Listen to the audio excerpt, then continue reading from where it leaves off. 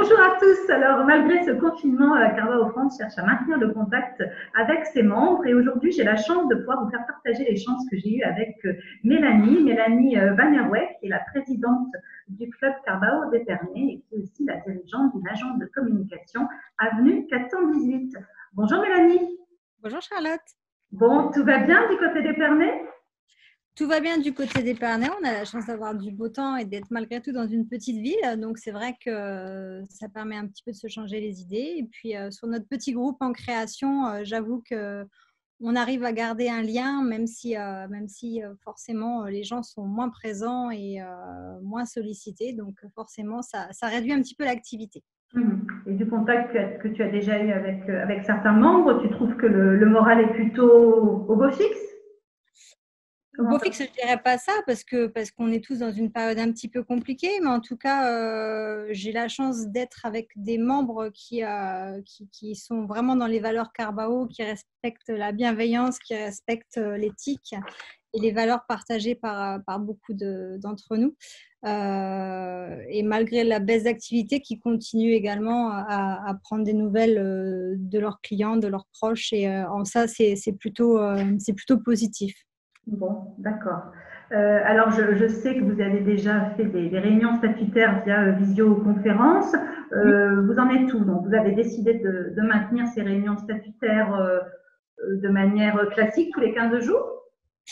Alors, c'est pas régulier, ça peut être 10 jours, ça peut être 17 jours, mais j'essaye de maintenir effectivement une réunion, alors pas à l'heure du déjeuner, sinon ça ferait beaucoup de désordre, mais, mais en tout cas des réunions, là on vient de sortir de réunion justement à 14 heures, donc c'est vrai que c'est plus un échange cordial où on évoque les problèmes du quotidien, les responsabilités de chacun dans leur travail, ou à la maison, parce que certains d'entre nous ont aussi des enfants à gérer et le côté scolaire, donc c'est pas forcément de tout repos, mais on tient à garder effectivement ce contact. Oui.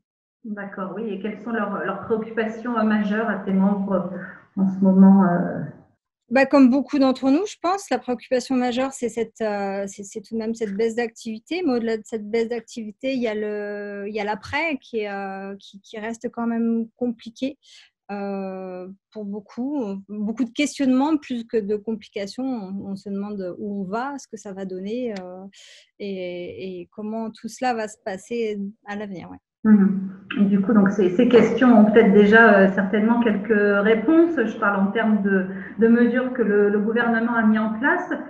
Comment est-ce que ces informations, c'est pas facile de faire le ménage dans tout ce qui se dit, dans tout ce qui circule, si c'est de l'info, de l'intox, comment est-ce que ces mesures sont prises de votre côté? Alors, les mesures. Alors, nous avons la chance dans notre petit groupe d'avoir des personnes assez bienveillantes, notamment deux personnes qui sont dans les assurances et effectivement qui nous donnent pas mal de petits points sur l'actualité, sur les aides gouvernementales ou l'ensemble des aides qui sont mises en place par l'État. Donc, c'est vrai qu'on a un petit plus de ce côté-là et on n'hésite pas non plus à échanger des tutos sur la fabrication de masques, sur des choses comme ça. Et puis aussi un petit peu des échanges plus rigolos parce qu'il faut pouvoir aussi se distraire. Ça reste un petit peu de légèreté, ne fait jamais de mal.